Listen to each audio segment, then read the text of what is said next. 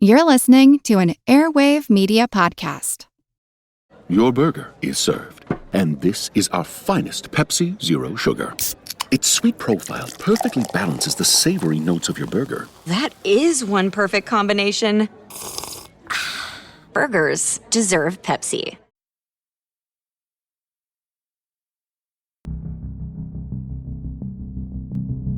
The United States of America has been in existence less than 250 years. That may seem like a very long time, but consider that this is only 10 generations, that we can trace back through only 10 forebears to find an ancestor who was contemporary with the nation's founding, and it becomes clearer how very young this country is. Think about your parents, your grandparents, your great-grandparents, and you're already a third of the way to conceiving the length of 10 generations. Though the U.S. is older than many another modern nation in the Americas, in the grand scheme of history and in comparison to countries elsewhere in the world, it's still quite young. Nevertheless, during the course of these 250 years, we have accumulated much history and much mythology, immortalizing more than one American leader in the public imagination. This process of eternalizing the country's most powerful and influential persons is nowhere more clearly symbolized than in the memorial at Mount Rushmore, where the likenesses of 4 perennially popular presidents have been carved into stone: George Washington, Thomas Jefferson, Teddy Roosevelt, and Abraham Lincoln. If we can judge by the Presidential Historians Survey conducted by C-SPAN 4 times in the last 25 years, these remain the most popular, or rather the most highly ranked, former chief executives based on leadership characteristics. The exception would be Jefferson, who consistently ranks 7th in the survey, replaced by Teddy Roosevelt's 5th cousin, Franklin Delano Roosevelt, who has ranked 3rd in the last 3 surveys, just under George Washington. In all 4 surveys, presidential historians agree that Abraham Lincoln is number 1, ranking highest in such categories as administrative skills, economic management, moral authority, crisis management, the pursuit of equal justice, and vision. Some of these are no-brainers, as Lincoln is the man who rose to the challenge of preserving the Union in the face of civil war and freeing the enslaved, setting in motion the long struggle for racial justice and equality that continues today. But more than these accomplishments, he is admired today as a peacemaker, as a gracious and empathetic politician who reached across the aisle in assembling his cabinet, as described by Doris Kearns Goodwin in her classic book, Team of Rivals. He is also held up as a genius of oratory and as an exemplar of the American dream because of his humble origins. Despite rustic beginnings, born into a poor family on the American frontier, lacking formal education, Abe Lincoln taught himself, became a lawyer, an enthralling public speaker, and reached the highest office in the land through sheer bootstrappery. Then, of course, his tragic murder, which traumatized the country, led to his being viewed as a martyr, and martyrs tend to develop a halo of legend around them. One perfect example of the mythologizing of Lincoln relates to his humble birthplace. To be sure, he had been born in a humble log cabin in rural Kentucky. Lincoln himself confirmed as much. However, during the decades after his death, around 15 different sites were claimed to be the birthplace farm. The National Park Service only ever accepted one of these locations as genuine, and on it there stood a log cabin that was said to be the actual cabin in which Lincoln had come into the world. A temple was built to house this national landmark, and tourists visited it in droves over the years. 10 years after the Lincoln Farm Association was incorporated and work on this National Historical Park was begun, the Lincoln Logs were invented by architect Frank Lloyd Wright's son, becoming a hit children's toy. Lincoln was now synonymous with log cabins, and the authenticity of the cabin in Kentucky would not be questioned for nearly 30 years, when finally a historian questioned the provenance of the log cabin in an academic article. As it turns out, while the farmland may indeed have been the birthplace of Abe Lincoln, when it was purchased, there was no cabin there. The speculator who bought the land moved a cabin from a nearby property onto it, believing that it was the former Lincoln log cabin and had previously been moved off the land. Even if that were the case, though, in the wake of Lincoln's assassination, this speculator disassembled the cabin and took it on a promotional tour around the country, reassembling it in various exhibitions, and between stops, it was disassembled again and again and stored with another exhibit, the supposed log cabin birthplace of Jefferson Davis. The fact is that the logs seem to have been hopelessly mixed up and interchanged before the Lincoln log cabin was finally reassembled in the temple built to house it. In 2004, a dendrochronologist finally put the controversy to rest, confirming that the oldest tree used in the cabin dated only back to 1848, making them about 40 years younger than Abraham Lincoln. Today, the temple still stands and draws visitors in Hodgenville, Kentucky, but the Park Service now calls it a, quote, symbolic birth cabin, end quote. This itself is symbolic of our memory of Abraham Lincoln, remembered today as the greatest of American presidents, but also misremembered and surrounded by myths and frauds. Unsurprisingly, as we will find, most of these myths surround his assassination and the conspiracy to kill him. This is Historical Blindness. I'm Nathaniel Lloyd, and as the Secretary of War Edwin Stanton is said to have stated at Lincoln's death, quote, now he belongs to the ages, end quote.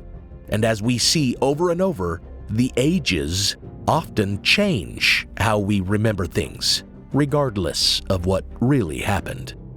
Thanks for listening to the Lincoln Legends, Part 1, Larger Than Life.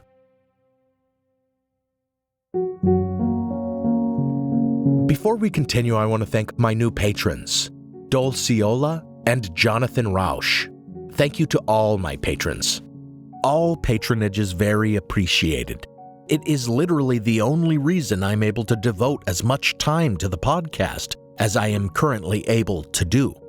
Patrons on Patreon get access to an ad-free feed with teasers and exclusive bonus minisodes. If you hear minisode and think they're only a couple minutes long, nope, think again. They are fully produced 10 to 15 minute episodes. For example, after my Jack the Ripper episodes in November, I released 2 minisode tie-ins that kept patron feeds warm until my holiday special. And after the special, I released a tie-in about Scandinavian Yuletide traditions that are claimed to be the origin of Christmas customs. These exclusives release between each main episode and typically tie in with their topics. So head over to Patreon, support the show at whatever level you can, and get the full story. And if you can't pledge monthly support, but you're interested in some of the patron-exclusive minisodes, each one of them is for sale for $3, and I've put them all in one convenient collection called Blind Spots and Exclusives. Follow the link in the show notes and purchase some merch with the podcast logo on it, and give it to yourself, to someone you've turned onto the podcast, or to whoever turned you onto the show.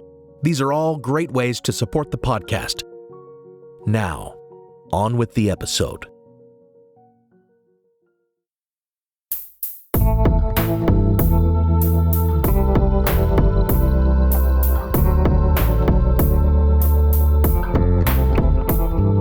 Welcome to Historical Blindness. It must be acknowledged here that I don't intend to discuss all the myths and legends and other supposed misconceptions surrounding Abraham Lincoln. There are just so many, and some are more pertinent than others. For example, I don't intend to examine the historical research into Lincoln's sexuality in any detail here. In brief, some biographers have suggested that Lincoln was attracted to men and that he had a secret relationship with his longtime friend, Joshua Fry Speed, as well as perhaps one of his bodyguards. These ideas are based on speculations about his relationship with Mary Todd Lincoln and a few details about sleeping arrangements when Lincoln shared a bed with these men. The only direct evidence for it, a diary supposedly kept by Speed, is widely deemed a hoax. Likewise, I won't spend much effort looking into the rumors of Lincoln's alleged romantic relationship with Anne Rutledge, who is said to have been his first love, which likewise was promoted by a writer who claimed to have discovered a diary that turned out to have been forged. I may discuss these claims further in a patron exclusive, but for now, they serve only as further examples of how our memory of Lincoln changes through the ages, evolving with our greater understanding, but also becoming muddied by misinformation. This has long been the case. The story of Lincoln's romance with Anne Rutledge appeared just after Lincoln's assassination, spread by Lincoln's law partner, who may have promoted it specifically to hurt Mary Todd, whom he disliked. Many of the myths surrounding Lincoln's personal life, in fact, have their origin in slanders made against him. Another is the notion that Lincoln was an illegitimate son, that his mother, Nancy Hanks, actually bore the child of one Abraham Inlow in North Carolina 5 years earlier than Lincoln himself believed he had been born, and that Thomas Lincoln only took his mother in and raised Abe as his own. These claims of Lincoln having been a quote-unquote bastard first arose in mudslinging attacks when he was nominated for president. Some claimed he was an illegitimate son of other famous politicians, like John C. Calhoun or Henry Clay. But the most believable was the claim about Inlow, which gained currency decades after Lincoln's assassination through oral traditions in North Carolina, which is a very academic way of saying gossip. However, the very existence of Abe's older sister, who would be his younger sister if the rumors were true, and the records of Thomas Lincoln's whereabouts during the time when he would have had to have been in North Carolina marrying a pregnant girl, and the fact that many other women named Nancy Hanks, different women from Abe Lincoln's mother, have been found to have been living in North Carolina back in 1804 to 1805, all goes to prove that this was little more than defamation. Stories like these feel inconsequential and too uncertain to pin down, but they show how uncertainty has grown around Lincoln's life in the years since his death. Myths surrounded not only Lincoln's personal life, but also his inner life, his thoughts and feelings and views on important matters, and these too persist today. So, for example, in recent times, a myth has surfaced that Lincoln actually owned slaves. While it is true that he inherited slaves from Mary Todd's family, who happened to be the biggest slaveholders in Kentucky, and an affidavit was recently published indicating that he sold them instead of emancipating them, the reality is more complicated and doesn't warrant a recasting of Lincoln as some sort of crypto slaveholder. It is absolutely true that Lincoln made a lot of statements about the social distinction that slave ownership conveyed, saying once that, quote, people who don't own slaves are nobody, end quote, and that he long aspired to be of the slaveholding class.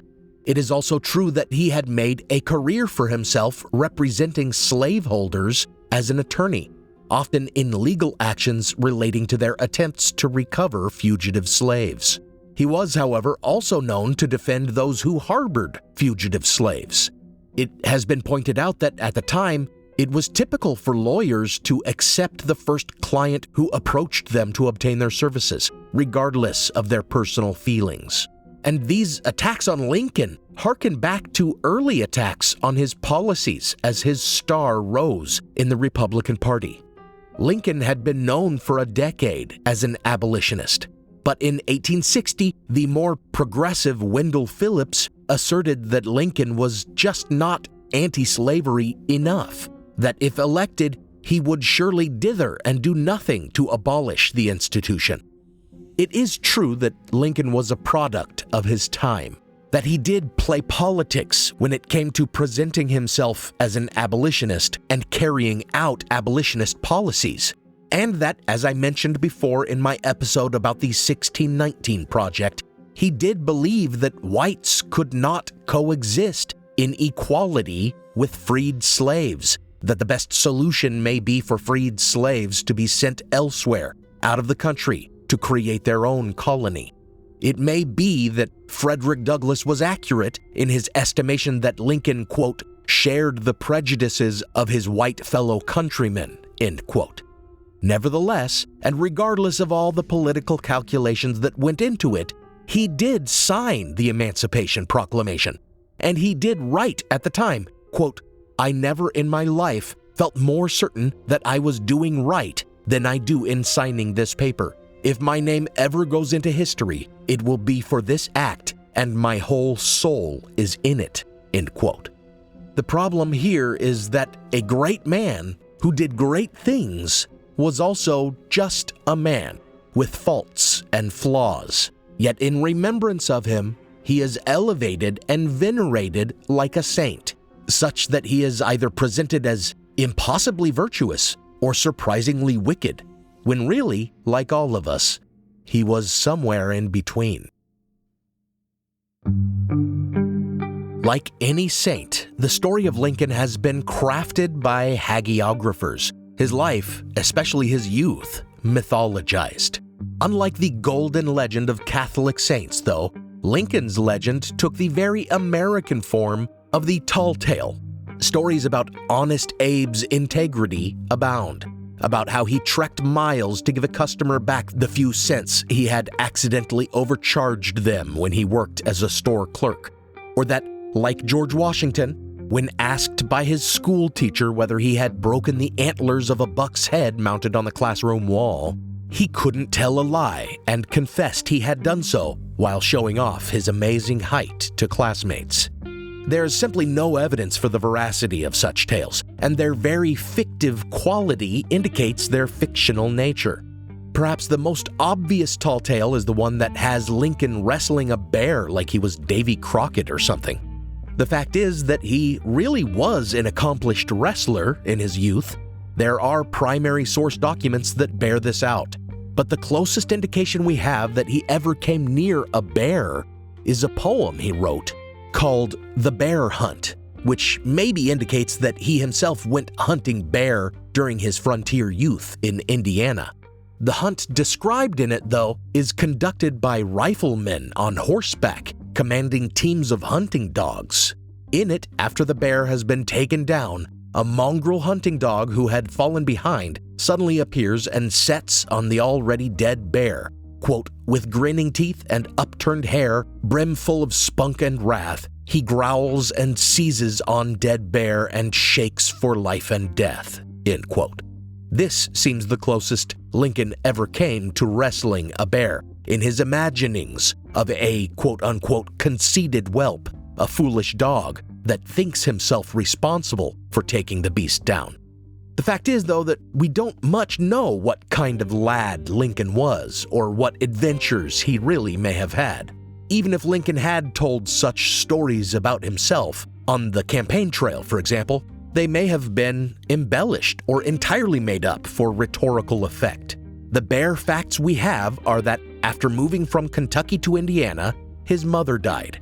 Though he appears to have preferred reading and writing to physical work, his father relied financially on his labor, and he grew strong. He took up wrestling, and another tale has it that he confronted a local band of ruffians, Clary's Grove Boys, and earned respect in the community by besting the gang leader. But again, there is no telling how real this story might be.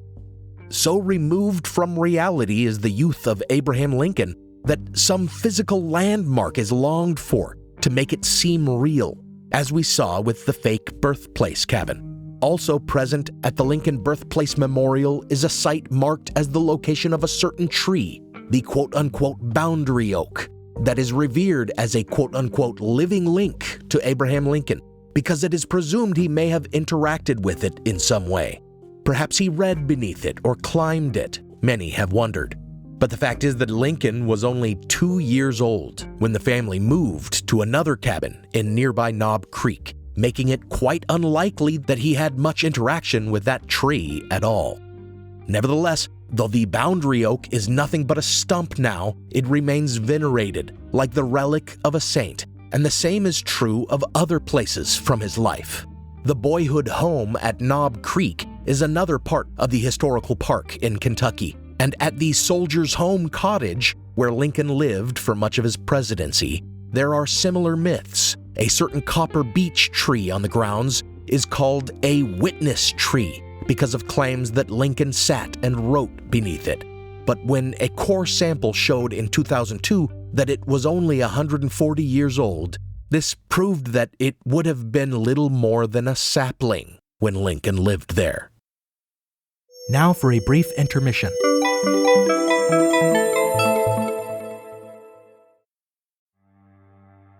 As listeners of Historical Blindness, you're no strangers to the fact that history is a lens through which we can better understand the present. Or as Shakespeare put it, what's past is prologue. History is the indispensable context without which we cannot hope to truly understand current events. You understand that, and so do the creators of the American Scandal podcast.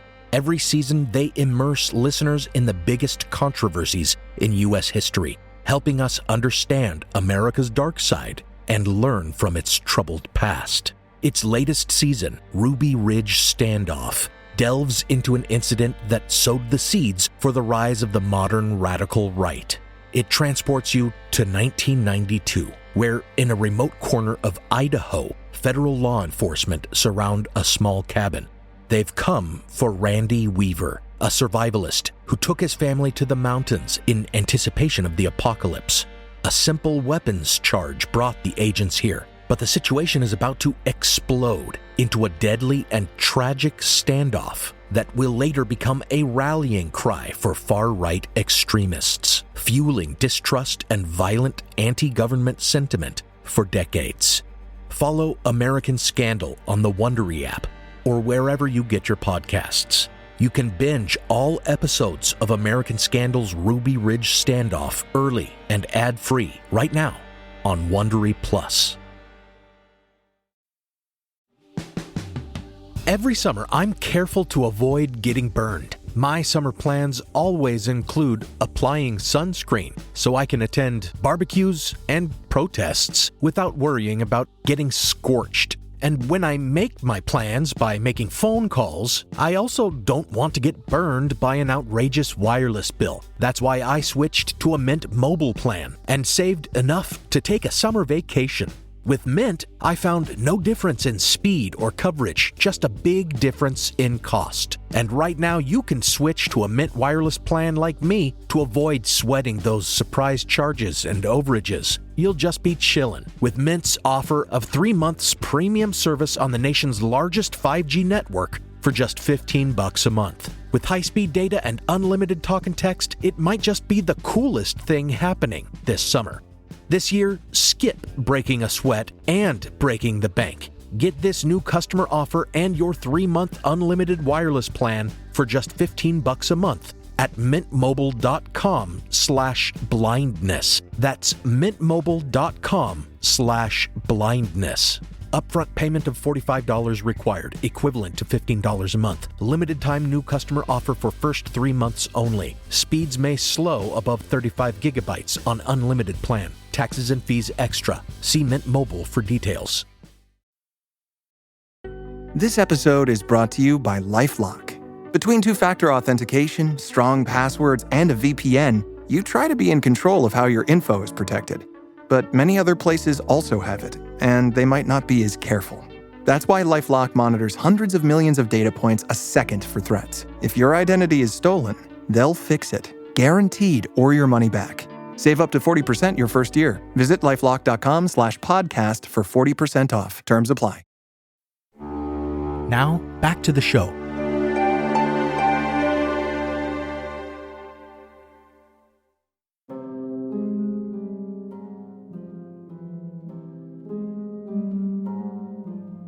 Perhaps the most visited sites associated with Lincoln are Ford's Theater, where he was shot, and Peterson House across the street, the boarding house where Lincoln was taken after the shooting, where he died.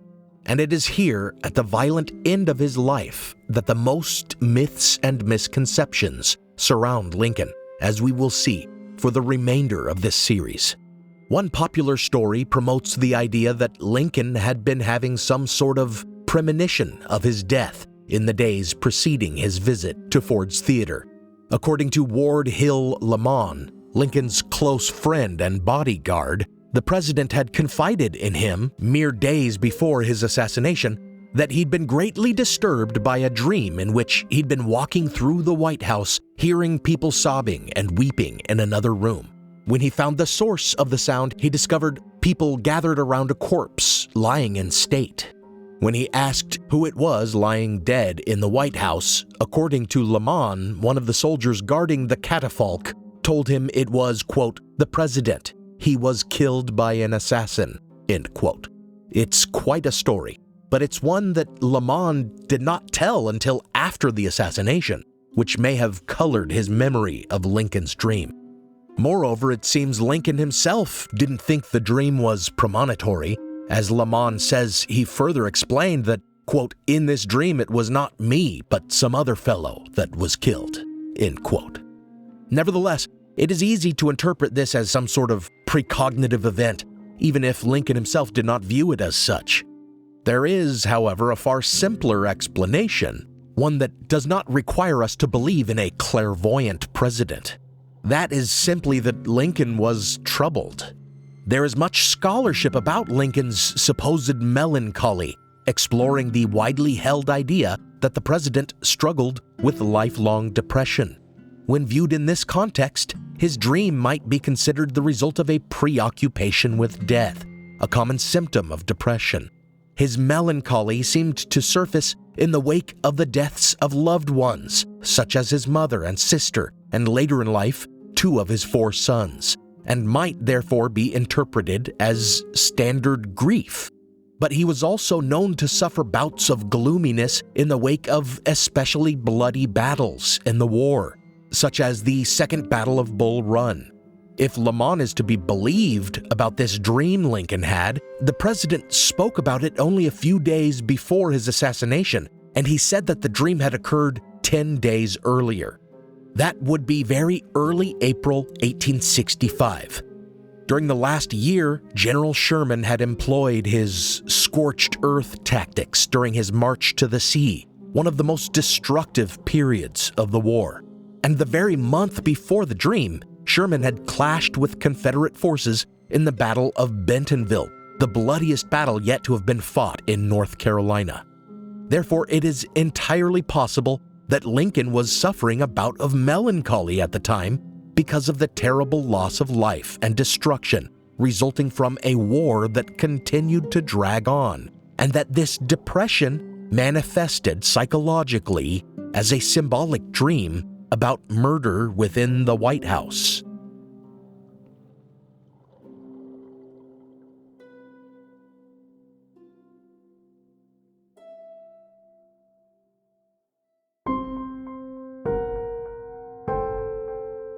It is not exactly surprising, after all, that Lincoln would have been preoccupied by thoughts of assassination. At the time the dream occurred, he was about to undertake a risky visit to the front, to Richmond, which was then being occupied by Union soldiers. Certainly there would have been many discussions about safety precautions while he was there. After all, he was no stranger to threats on his life. Just 4 years earlier, as President-elect Abe Lincoln was headed by train for his inauguration, the Pinkerton Detective Agency, who were then investigating the destruction of railroad property along Lincoln's whistle-stop tour, purportedly uncovered numerous assassination plots against him. In order to get Lincoln to Washington safely, they kept a low profile on their trip, canceling appearances along the way. When the reason came to light in the newspapers, the Pinkertons and their claims of assassination plots were doubted, and Lincoln himself was ridiculed, portrayed as unmanly, sneaking about in a disguise like a coward. Nevertheless, the reality of assassination attempts must have been impressed on Lincoln. In fact, just a year before his death, someone seems to have taken a shot at him. Lincoln was riding home to his cottage alone one summer night when he heard a rifle shot. His horse bolted, speeding him to the cottage and causing his silk hat to fly off his head. The next day, the two guards on duty went to investigate and found Lincoln's hat in the road with a bullet hole through it. Lincoln reportedly dismissed the incident as a hunting accident, but it is telling that afterward, he never again rode to the cottage alone and went instead by carriage, accompanied by soldiers.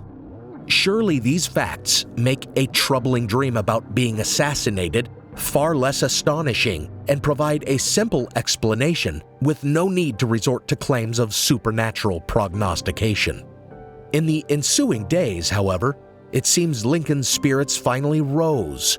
Richmond fell, his visit to the front was a success, and on his way home, General Lee surrendered at the Appomattox courthouse. Just 2 days later, he addressed an adoring public on the White House grounds, declaring, quote, the re-inauguration of the national authority, end quote, and speaking about conferring, quote, the elective franchise upon the colored man, end quote. In the crowd, not far from him, was a handsome 26-year-old, a celebrity famous for his Shakespearean acting.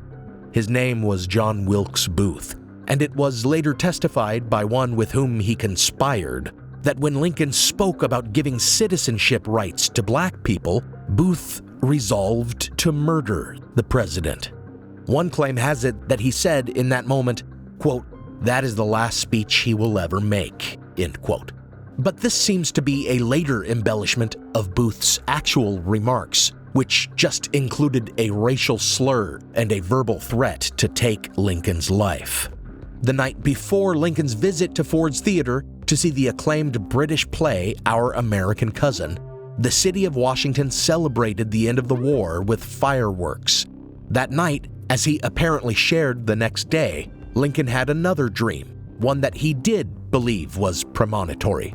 He told his staff that he had dreamed of standing alone on the forward deck of a ship as it sailed toward a mysterious shore. And he said that he had had this same dream many times just before something important occurred in the war. Therefore, he was convinced that it meant something important was again about to occur. And though my skepticism encourages me to believe that the recurring dream, which of course never predicted his death when he'd had it previously, was simply a coincidence, his interpretation of it did turn out to be prescient.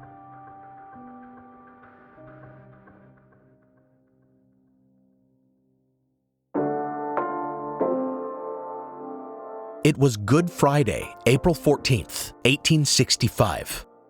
After meeting with his staff, Lincoln enjoyed the spring weather in an open-air carriage ride with his wife, Mary. And according to her, he was like a new man, his spirit rejuvenated. He spoke about overcoming their grief for their 11-year-old son, Willie, who had passed away a few years earlier, about trying to bridge the gulf that had opened between them and finding a way to be happy again. I've never seen you this happy, she wrote in a note to her husband later that day. And that evening, they decided to take in a show, arriving late to Ford's Theater, as their production was already underway.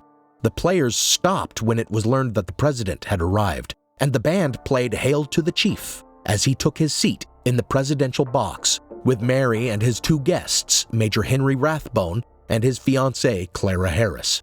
It is here at the very scene of the murder that the myths and misconceptions about Lincoln's assassination really begin to accumulate. Illustrations of the event have Booth firing his pistol point blank into the back of Lincoln's head, leaping over the railing and onto the stage like Errol Flynn, breaking his leg in the process, but still enough in control of himself to deliver his dramatic one-liner, Sic semper tyrannis, or thus always to tyrants. In reality, Booth was some 4 or 5 feet from the president when he entered the room, and he had to fire from the entryway, for if he entered further, Major Rathbone, who sat on a sofa near the entrance, would have seen him.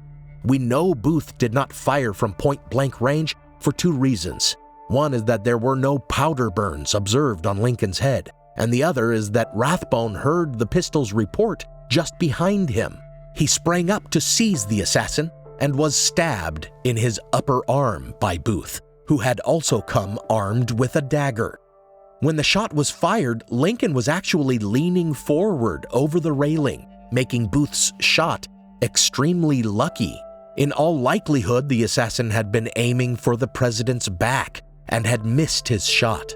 Rather than escaping by some deft leap to the stage, Booth actually became entangled in a flag draped over the railing, his spur becoming caught in its fabric, making his awkward fall somewhat farcical, resulting in the cracked fibula.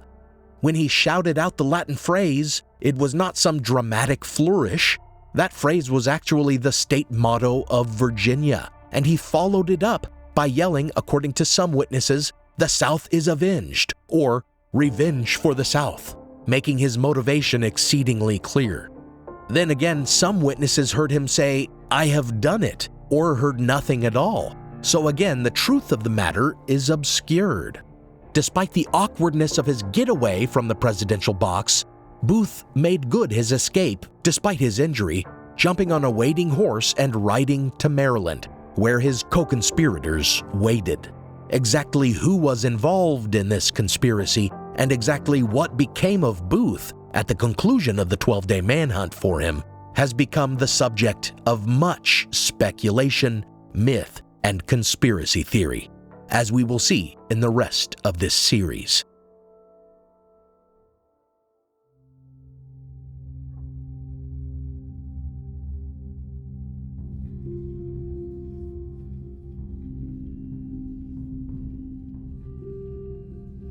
The first doctor to examine Lincoln had him laid on the ground and searched him for wounds.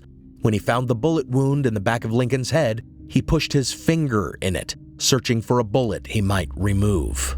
He felt none. After being resuscitated and stabilized, Lincoln was carried out of the theater and into the street, where the owner of the lodging house across the road offered a room. It was a very small room, 9 by 17 feet, with a typical spool bed, wooden framed with spool-shaped spindles and railing for the foot and headboards, and it was far too small for Lincoln, whom they had to lay across it diagonally. 2 other doctors stuck their fingers in his head wound that night, likely worsening his condition, though this was common practice at the time. By morning, Abraham Lincoln, 16th President of the United States, died in this bed that was too small for him, larger than life to the very end. During the night, his wife Mary and his eldest son Robert came to his bedside, and so too did several cabinet members and other officials, though few could be admitted into the room at the same time, it being so small. Afterward, Currier and Ives and several other printmakers began to sell lithographs of the scene of Lincoln's deathbed, based on descriptions of those who had been to see him in Peterson House. These lithographs became hot sellers, such that they became a common feature of many American homes. And here we find an apt example of the myth-making process. At first, the engravings made of the scene were relatively accurate. They might have portrayed the deathbed in the center of the room rather than pushed against a wall, as was the case in reality. But this can be forgiven as a necessity of artistic composition. Strangely though, as more and more portraits were created, the scene changed. Lincoln's youngest son, Tad, was added, though he had never been there. And when Mary Todd Lincoln became unpopular because she was too grief-stricken to attend state funerals or vacate the White House, she was removed from the scene, even though she had been by her husband's side.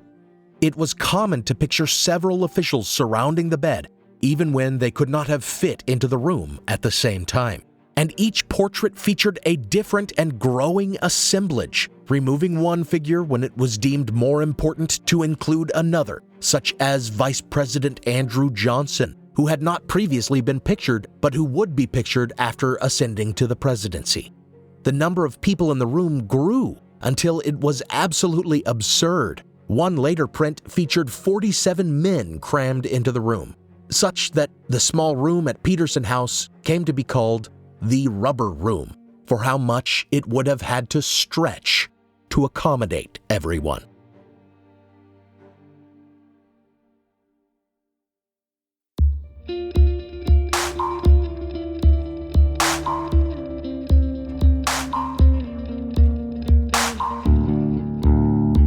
Many know the words spoken at Lincoln's bedside as he took his last breaths, or at least we think we do.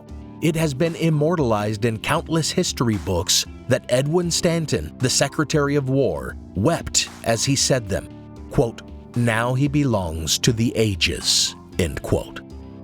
Interestingly, however, some historians have begun to question this, suggesting that the quote has long been misreported and that Stanton actually said, quote, "Now he belongs to the angels," end quote. There is actually a pretty strong argument for both, and we likely will never truly know which remark was uttered in the moment. But this dichotomy between the idea of Lincoln belonging to history and of his being borne aloft by angels speaks further to the fact that he has consistently been mythologized since his death, venerated as a martyr, beatified like a saint, and even deified as a fallen god. Some of the later portraits of the scene in the rubber room at his death even began to portray angels above him and the spirit of George Washington welcoming him to the heavens, or even to portray the godlike figures personifying Britain and America, Britannia and Columbia, visiting him at his deathbed. As we already saw at the National Park memorializing his birthplace, the symbolic cabin there is enshrined within a temple, as though pilgrims to the site are expected to worship him. And this deification of Lincoln is nowhere more apparent than at another pilgrimage site, the Lincoln Boyhood National Memorial in Indiana, especially during the 30s and 40s when it was slowly developed and constructed. Making much of the fact that Lincoln was killed on Good Friday, the comparison to Christ was explicit there, where the entire memorial was landscaped as a huge cross. In fact, until the 60s, the whole memorial was dedicated not to Lincoln himself, but to Nancy Hanks, his mother, who was venerated there as if she were another Virgin Mary. And between his mother's grave and the replica of his boyhood cabin, the designers installed the Trail of 12 Stones, like the Stations of the Cross, each supposedly a stone taken from a place that represents an important location in Lincoln's life. One from the White House, for example, one from Gettysburg, etc. And it is not just these birthplace and boyhood memorials that engage in Lincoln worship. Even the most famous of his memorials in Washington, D.C., is designed as a classical temple within which his gargantuan statue, enthroned like a god, proves that he remains larger than life, even in death.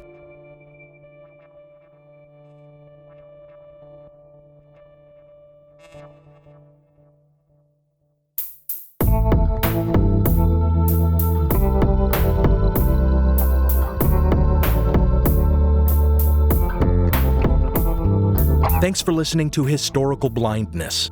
Check out the blog post for this episode, which should go up on historicalblindness.com before the next episode releases.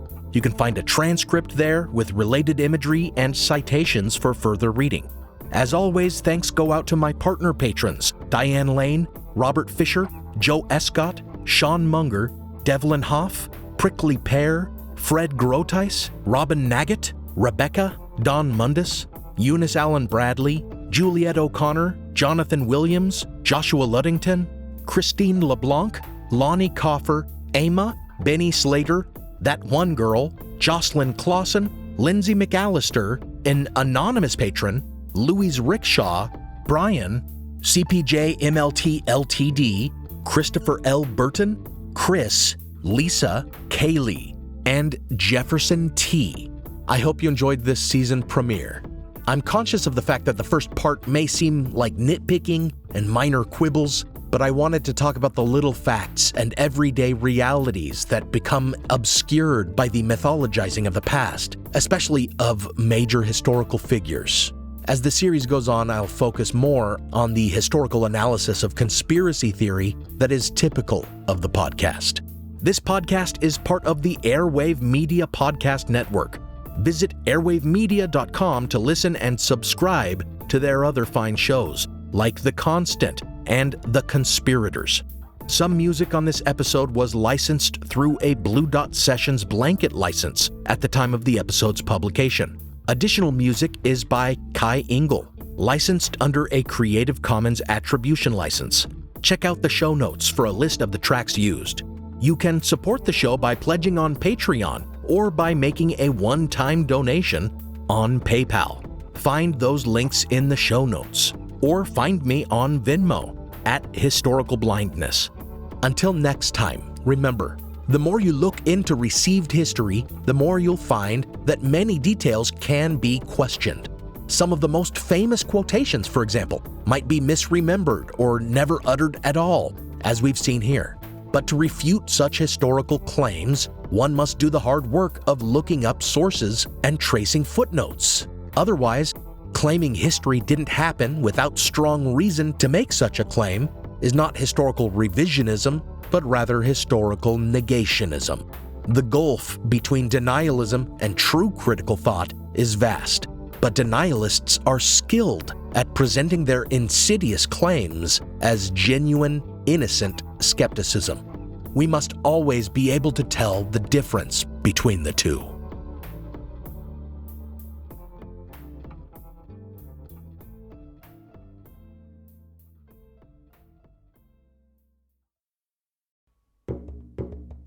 Have you ever gazed in wonder at the Great Pyramid? Have you marveled at the golden face of Tutankhamun? Or admired the delicate features of Queen Nefertiti? If you have, you'll probably like the History of Egypt podcast.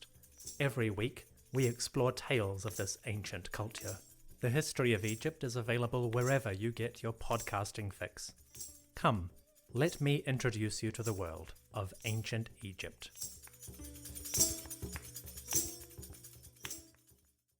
From the creators of the popular science show with millions of YouTube subscribers comes the Minute Earth podcast. Every episode of the show dives deep into a science question you might not even know you had. But once you hear the answer, you'll want to share it with everyone you know. Why do rivers curve? Why did the T-Rex have such tiny arms? And why do so many more kids need glasses now than they used to? Spoiler alert, it isn't screen time. Our team of scientists digs into the research and breaks it down into a short, entertaining explanation, jam-packed with science facts and terrible puns. Subscribe to Minute Earth wherever you like to listen.